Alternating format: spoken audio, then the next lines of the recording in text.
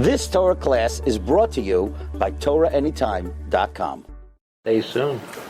Okay, good Erev Shabbos, Rabbi Say. As we prepare for Parshas Vayigash, the today's Shiur comes from a sefer called Tiv HaTorah from one of the current HaMekubalim in Eretz Yisrael, Rav Gamliel HaKohen Rabinowitz, one of the HaMekubalim, also one of the big mashpiyim, very popular. People go to him for eitzos and so forth. And he wrote a whole series of psalm called Tiv. He had Tiv of the Yamim Tovim, Tiv HaKavonos on the Shar HaKavonos HaRizal, Tiv HaChayim on different Sifrei Kabbalah. He also has the Sefer on Chumash, Tiv HaTorah.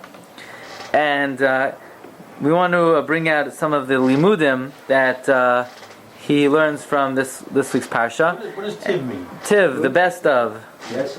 So, the nature of. It's interesting, his approach to Chumash, he has limudim just from the straight up psukim, just from the simple reading of the psukim. On the pasuk, when Yosef reveals himself to his brothers, Vayishmu Mitzrayim, Vayishma Beis Parai, Vayomer Yosef Elachav Ani Yosef, Ha'id Avichai. Yosef reveals himself. He says his father is still alive. So he said the brothers could not respond to him. They were astounded. And we read this as a story. We read this as an episode, one of the most fascinating, moving episodes in the Chumash. And Chazal say the well-known comment on these words in the Medrash Rabbah. Abba Koyin Bardala Amar, Oy lanu miyayim hadin, Oy lanu miyayim hatoichecha. Bilam, the wisest of all the goyim, he could not respond to his donkey. Yosef, the smallest of all of his brothers, they could not stand up to his rebuke. Say Chazal, woe to us on the day of judgment, when God will say, Ani Hashem, what do you do with your life? How do you mess up? Oilanu miyayim hadin, oilanu miyayim hateichecha. Says Rabbi Gamliel, the third paragraph. What do we see from here? If we would just be reading the psukim, we say, wow, powerful. The brothers couldn't respond to Yosef. But Chazal don't stop there. Chazal derive from there a musar. And the musar is, if the brothers could not respond to Yosef, then how will we be able to respond on the Yom Adin? In other words, when Chazal learned Chumash, they took from the psukim a limud that applies to us. In other words, the Chumash is not a story. It's a book of Musar. And that means when you learn, you have to be able to derive, what do we learn from this story? What do we learn from what Yosef said to the brothers? What do we learn from what the brothers did or did not respond to Yosef? Everything in the Chumash is supposed to be a limud for us. Royim anu kan, we see from here, Ech lakhu chazal Musar. HaChazal derive Musar mikol davar shekasav b'Torah. That even matters which seem to be merely stories, Chazal also derive Musar. Therefore, therefore everyone, it's incumbent upon a person, when they learn Torah, one needs to learn Torah with a certain clarity of mind. If you learn a story in the Chumash, or you learn a story in the Gemara, you should know that this is not just an intriguing, entertaining story. It was written to teach something. And the question that we always have to ask ourselves is, what do we learn from this pasuk? What do we learn from this Chazal? What do we learn from this Gemara? The Ramban writes, in the Igaras Ramban, have a zahir likrois b'Torah tamid asher tuchal l'kaima. Person should be careful to learn Torah in a way that they will be able to observe. When you get up from the shiur or the learning, the moment you get up from learning or you get up from a shiur, you need to ask yourselves, okay, what can I now do based on what I learned? And that's the purpose of learning, to ask yourself this question. Okay, good shiur. Now what do I do now? What should I do? Okay, so this is something we learned from Chazal, that Chazal learned from the episode of Yosef and his brothers. They had a take-home message. Okay. Later on in the Parsha, The pasuk says that Yosef HaTzadik repositioned all the inhabitants of Mitzrayim from one end to the other. It says V'yasa'am hever oisei la'arim. The people, he moved them to the cities, Miktsei Gvul Mitzrayim Yagazeh, from one end to the other. And Rashi says Yosef repositioned them. Why? To remind them that they no longer own real estate in Mitzrayim. And Rashi is bothered by Akasha. Who cares? And Rashi says this is to teach you the greatness of Yosef. His kavana was to try to avoid embarrassing the brothers, that nobody in Mitzrayim should call the brothers exiles or a greener, right? Why? Everybody's a greener. Because nobody owns real estate. Everybody's a foreigner. Everybody's a foreigner. So says Gamliel, what do you mean? Maybe what the Torah is doing is the Torah just saying what Yosef did. The Torah is giving you Yosef's economic plan for the country. But you see from Chazal that they never entertained the possibility that the Torah is just reporting economic plans. You see from Chazal that Chazal are bothered. Why is the Torah telling this to me? It has to be teaching me a lesson, and there has to be a lesson. In other words, you see from Chazal's approach to the Torah that every single detail in the Torah was written to teach you something.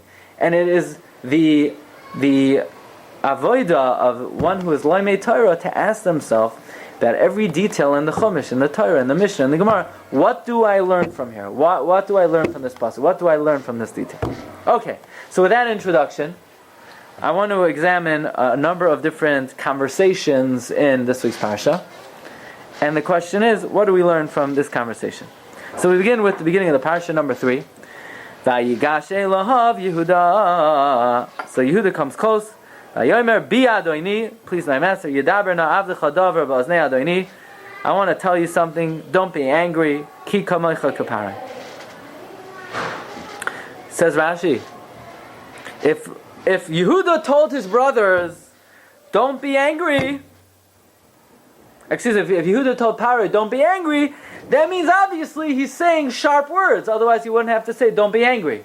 Right? If the president says that the United States is safe in the near future, you need to be frightened.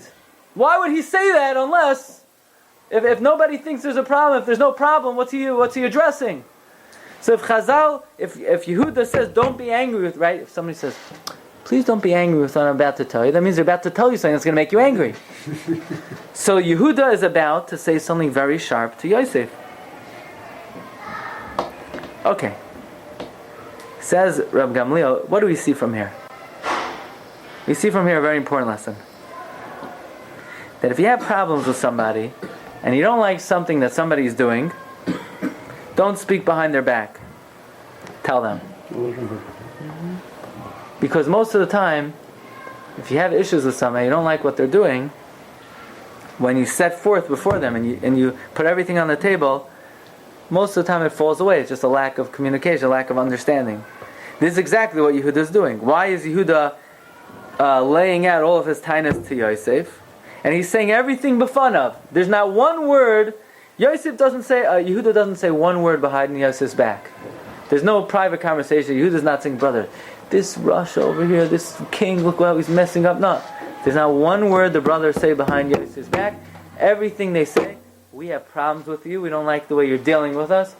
What you see from here is, you don't like something someone's doing, you tell them. Don't tell your wife, don't tell your cousin, don't tell anybody. Nobody cares, it's not important. If you don't like something doing, you let them know. And if you don't have the confidence and courage to let them know, keep your mouth shut. This is people correct, otherwise you can't say. What? People is correct to say. You have a problem with something? What? This is the Derech HaTorah. This is the way that brings to peace. People think, no, just better not to say. No, better to say. If you don't like something somebody's doing, you tell them. And if you don't want to tell them, then don't tell anybody else. Anything. If you're not personally, if you have a problem with something that somebody's doing that bothers you and it's causing you sinah, tell them. You have to. That's a Derech HaTorah. May I say something? Sure. I'd like to say with this that truth and taking another person into your confidence where you speak honestly to him conveying a thought, how you truthfully feel about his actions, or something that you feel is actually not proper, and you say, I do not want to hurt your feelings or make you feel uncomfortable, but I want you to consider what I'm trying to say I do not find acceptable. That's the way to do it. And perhaps we can sit down together and help resolve a mutual problem. Okay, well said. Next point. So what does Yehuda say? Vayigash, I love Yehuda, and he says Ki chamaycha kafarai. Rashi says 3 pshatim. Ki chamaycha kafarai, says Rashi. First of all, mikana talamed, from here we learn that Yehuda spoke harshly to Yosef. Ki chamaycha kafarai. You're chashuv in my eyes like parai. That's the simple interpretation. The medrash is, you're going to get smacked like parai. Just like Paro got saras, you're going to get saras. Or, just like Paro is a liar, you're also a liar. That's just actually 4 pshatim. And number 4, if you belittle me, I'll kill you and Paro. Now, the Torah is not telling me stam stories, but the Torah is teaching you how to deal with people. And that is like the following way. What does that mean? If you want to rebuke somebody, you want to tell somebody, you know what? Don't start up with me. If you don't do what I'm telling you, I'm going to kill you. Or you want to tell somebody, God is going to make you ill. Or you want to tell somebody, you're a liar. You have to always introduce it by, you're a very chashuv person. I'm machshavi. I respect you. You're like Parah. You're very honorable. And therefore you better listen to me, because otherwise I'm going to kill you. But it's always important that if you want to tell somebody something very harsh, and you want it to be accepted, you want to tell somebody, on Shuldik Mir, I'm going to kill you. So you always have to introduce it by saying, you're a very chashuv person, you're a very important person, I'm machshav you so much, that's why I want you to do what I'm saying. And if you don't do that, you will no longer be on this planet. That's the way to do it. You can't just tell somebody musar. Ki kamaycha kafara, Yehuda says 2 things. One is, I'm going to kill you like Parai. But the first thing is, I respect you like Parai. But both things are necessary. Says Rav Gamliel, if you're going to speak musar or harshness to your friend, you have to bring them close. If when you rebuke somebody, it's said as a way of distancing the person, then instead of correcting the person, you're only causing the person to go further away. In other words, if you have to correct somebody, there are 2 ways to do it. You could say either shape up or ship out. Then what's going to happen is the person will ship out. The person will go away from you. But if you tell them, you're a very chashuv person, this doesn't befit your type of behavior, so you better shape up or ship out, then you have a better shot at having your words listened to. In other words, the Pashup shot of Rashi is the introductory way of allowing the Divrei Musar to be effective. He says here, how careful do we have to be? Ki amnam rabim einam yodim eichalay mer musar. Many people, they don't know how to give musar. And instead of drawing people closer, they're just distancing them. Like the Gemara says in Erchan Daf Tezayin Amud Beis, Rabbi Elazar ben Azariah says, Tmihani im yesh bedar hazeh sheyadei Allah hichiach. I highly am incredulous if there's anyone in this generation that could give rebuke.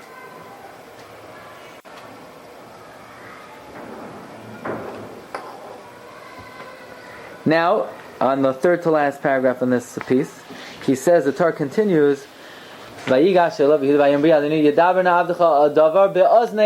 What is he saying? I want to speak words in your ears, as opposed to I want to speak words in your toes. Obviously, in your ears, there's no other organ that you could talk to. So, the point being is that since he's about to speak harshly, he didn't want to embarrass Yosef. In other words, even though he's about to say, Yosef, you see this sword? It's going to be through you in a minute. But he didn't want to embarrass Yosef. So he said, look, I want to protect your dignity, I want to protect your honor. I'm only telling you this. And so it says in Gamliel, what Yehuda did was, in order to make his words effective, is Vayigash elav. He came close to him. He engendered a friendship with him. He engendered a commonality with him. He engendered warm feelings to him. He honored him, ki kamaycha kafare. And only then he spoke the divrei musar. Okay. The next piece. Yehuda is speaking very, very harsh to Yosef. In fact, Rashi says, "V'al yichar apcha mikana tolamed shadiber elav kashu." We see he spoke very harshly. He said to Yosef, "You're a liar. First, you make all these false pretexts against us. You asked us all these questions. Who are you? Who's your father? Is your father still alive? Why are you asking if our father's still alive? Well, you want to marry our daughter?" Rashi says, "You want to marry our sister?" And we answered you. We were straightforward with you. They said to Yosef, you're not being transparent over here. They're speaking harsh words. Harsh words? What kind of harsh words? They said, Bi Adoini. They said, you're my master. They said, Yadaber na avdecha. They said, we're your servant. That's harsh words. Imagine you come to somebody, I can't believe what you did! My Lord, I am your humble subject, and I don't understand what you did. That's harsh words? In the view of the Torah, even when you speak harsh words to somebody, it always has to be be'anivus gemura. It always has to be with humility. That's harsh words, yeah. You would never say, you bum. In other words, even in the Torah's definition of a lexicon of harshness, it's still mass, it's still cloaked in tremendous anivos. It's still bi'adoini yadaver na avdecha. Yeah, that's in b'divrei haTorah, in the words of Chazal, that's harshness. There's no other option. It says in Gamliel, l'chayr tzrich l'havin. How do I know that Yehuda spoke harsh to Yosef? Aren't the psukim mashma that he's speaking in a very humble way? He calls Yosef Adoini. He refers to themselves as Avdecha. In fact, so he says, Amnam kan megalon Rashi side shegam im tzrichim ladaber kashes and misho. Even if you have to give it to somebody,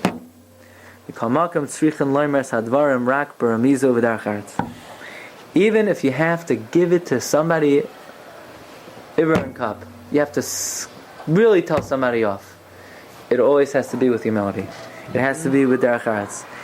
You don't say it straight out. You say it baramiz in a way where the person understands what you mean without completely destroying them. And this is what happened with Yehuda.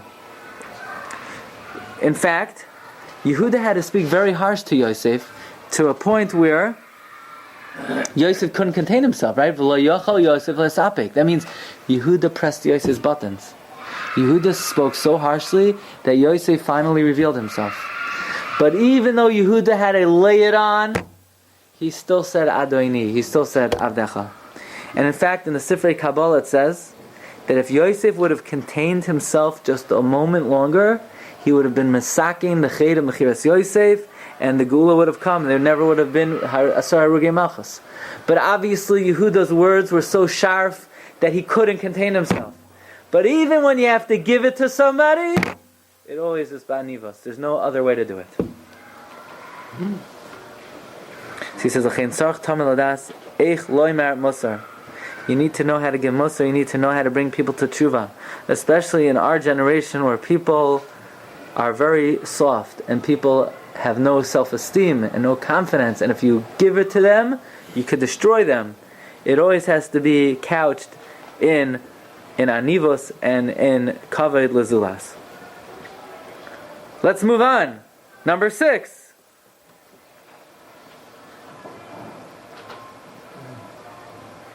Here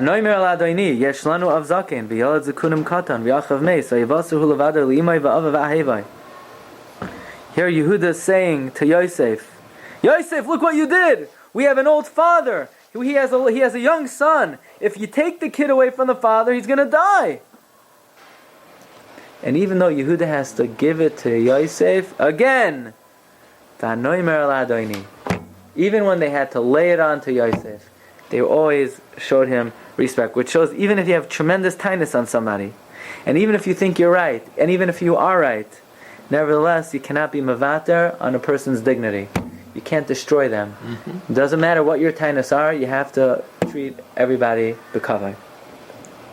Okay. So on this theme, let's go back to Parshas Miketz. In Parshas Miketz, Vayomer Yehuda Yisrael Aviv, Yehuda says to Yisrael's father, send the kid, and we will be successful, and we'll go, and we'll live, and we won't die. Us, you, and our children.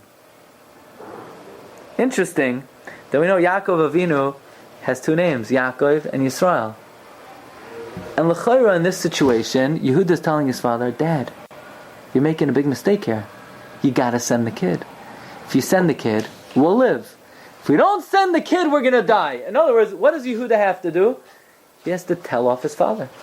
He has to say, Tata, very nice, you're a tzaddik, and your face is on the Kisei HaKavod, and you're the Gadol Hadar, and you're Yaakov Ishtam, but you're wrong! We gotta do this. You're saying you can't send Binyamin? Then we're all gonna die. In other words, Yehuda is basically laying it on Yaakov. He's saying, look, you're a good man, you're a good tzaddik, but you're wrong here. You gotta let us send Binyamin. So it's interesting where Yehuda has to tell off Yaakov. He's called Yisrael. You would think he should be referred to as Yaakov. I mean, this is Yaakov in his moment of a low point in his life where Yehuda is saying you made a calculated mistake. No. Even in a situation where maybe a person has to correct their father, there might be such a situation. You have to say you're doing the wrong thing. But you always have to, especially at that time, you have to show the greatest kavod. Yehuda told his father, you're making a big mistake. You have to send Binyamin, otherwise we're all going to die. He was makbid to refer to him as Yisrael. The Efsher. Shazeh ma shemechadesh eslana Torah kam. The Torah is teaching us. Sha'af Yehuda tan tainas klape Aviv. Yehuda is taining to his father. Mikal makoim diber oilav bebitul uvedarach eretz. Nevertheless, he's sort of self-effacing himself. He's saying, look, you're wrong, but nevertheless, I refer to you as your Shem HaKavod, I refer to you as Yisrael. V'hayrahi ladars, this is a lesson. That even if a person has to point something out to a parent, they have to make sure to do so in the most bakavadik way. Now, interestingly, Gamliel, Rabinowitz, is a big HaMekubal. So we have to say over a little Divrei Kabbalah from his Sefer. In the Divrei Kabbalah he writes in Rashi Ksav. We know, Yehuda says to Yosef, V'ata kivoyi el adchavi v'hanar einenu itano v'nafshoi kishura v'nafshoi. His soul is tied to his soul. It's well known from the Arizal that there are 5 parts of the neshama. What are they? Naran, which are everybody, all, right? Nefesh, Ruach, Neshama. All mankind has Naran. And then there's Chaya and Yechida. Chaya and Yechida. Pnei Yeshua makes mention of this in his commentaries on Masechta Brachos. We also know there's an expression, Bra Kara Davua. A son. Actually, it's not found anywhere in Shas. Bra Kara Davua, yeah? Bra Kara Davua. Where in Shas is this? Nowhere. Exactly what the Kara Bra, the leg, the knee of the father. Bra Kara Davua. It's a Tosfos. The Gemara says Bra Yarish Davua. Tosfos says Bra Kara Davua. It's the leg of the father. Why the leg of the father? So we once said a beautiful pshat. Amazing pshat. If I'm not mistaken, in the new editions of the Chayvetz Ma'amar, Rabbi Chanan Wasserman, Rabbi Chanan says this, that we know that a human being is a hoylech. A malach is an oimed. A human being always goes from one madrega to the next. But once a person goes to the next world, you cap out, you maxed out. Right? You can no more contracts. That's it. You can't. But through the Torah mitzvahs of a son, you continue to be a hoylech. You can continue to rise higher and higher. That's Pshat. B'na Kara Davua. The child are the legs of the father. They allow the father to be a hoylech. But Rabbi Gamliel wants to know, why do we refer to the child as the legs of the father? Why the legs? So he says the following idea. But we say the same thing by a mother. Uber yerach imai. You ever hear that expression? Uber yerach imai. The uber is the legs of the mother. The answer is, he says, al pi Kabbalah, he says, the father and the child only share the lowest madrega. Only share the lowest madrega. He says, v'hainu mishum kishnadayik nir shehaben masig rak es madregos haraglayim shal ava v'ima v'lo yosem mizeh. The child only achieves the madregos of the legs of the father and mother. We know, remember we learned last Friday, what was the midah of Chanukah? Which midah? Haid. Purim. Isn't that stuff? They're the two Yirei Chaim, they're the two legs. So if a person has 5 madregos, which madrega is the lowest level that's compared to the leg? You have Chaya, Yechida is the highest, Chaya, Neshama, Ruach, Nefesh. Nefesh corresponds to the legs. So if a son is the leg of the father, now we understand why it's V'nafshoi, Kishura v'nafshoi. They're only connected at the hip socket. They're only connected by the legs. They're not connected on the madrega of Chaya. They're not connected on the madrega of Yechida. They're not connected on the madrega of Neshama or Ruach. They're connected on the madrega of Nefesh. Nefesh is the lowest level, corresponding to the legs. That's another meaning of what?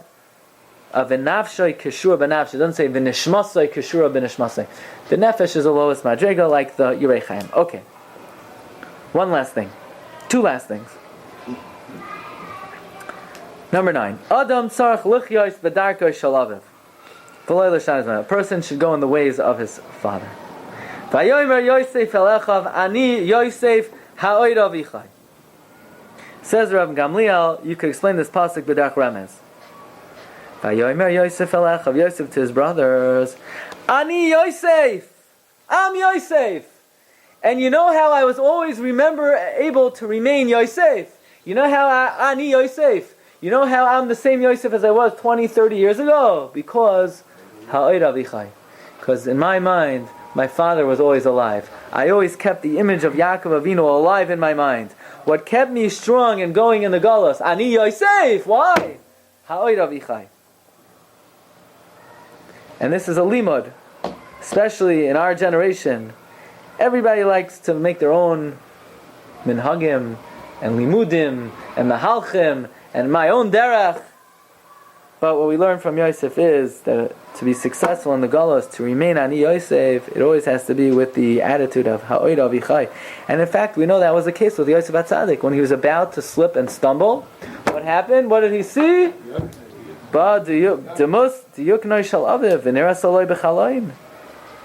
So it was the image of Yaakov Avinu that kept Yosef on the straight and narrow. Vayomer Yosef ani Yosef, you know how my voice Yosef?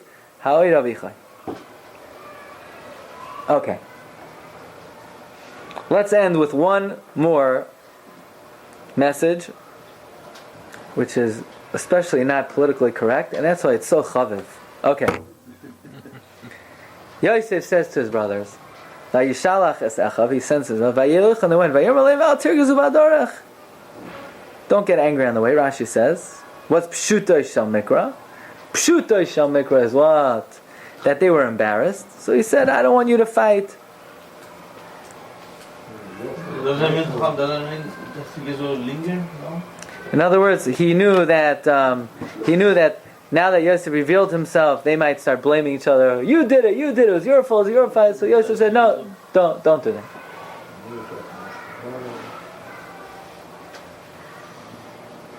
Why does Yosef care if they fight? Well, that's an nafkamina to him. Who cares? Why is Yosef butting into their business? If they want to fight and they want to blame each other, let them blame each other. If they don't want to blame each other, it's my achrayus. Live and let live. This is America. I should tell you not to fight. If you want to fight, you can fight. Whatever you want, whatever your orientation is. Not my business. Everybody can do it in a free country. You want to talk by davening? Talk by davening. I daven, I don't talk. You talk. Live and let live. No! If someone does something wrong, you have to tell them. If you think someone might do something wrong, you need to tell them. No live and let live. It's not a free country. You have responsibility to your brothers. You have an achrayus to your brother. But right now they don't talk next to me. But I know that in a different shul they might talk. So you have to tell them, look, I know that you're afraid of me. But when you go to that shul, you also can't talk. What do you mean? I'm embarrassed. Who am I? Live and let live. So what you do is you tell them, on Shul Mir, you're a very chashuv person. I respect you. Just like Parai. You better not say a word by that. It's your achrayus. It's your responsibility. Why did Yosef tell his brothers, don't fight? What is he can answer is, because if you think somebody might do something wrong, it is your responsibility to tell them. You can't just live and let live is wrong. You have to let them live. In Olam Haba, you want them to live. You don't want them to burn in a very, very hot fire. So you have Rahman on them. And you have to let people know the right way. But you always have to do it b'derech kavod. You always have to show them respect. You have to do it with anivos. You have to do it in the right way. But says Rabbi Gamliel, every detail in the Parsha is a limud l'doros, and it's our responsibility when we learn to try to see what is the Torah teaches. Rabbi, have a great Shabbos. You've just experienced another Torah class brought to you by TorahAnytime.com.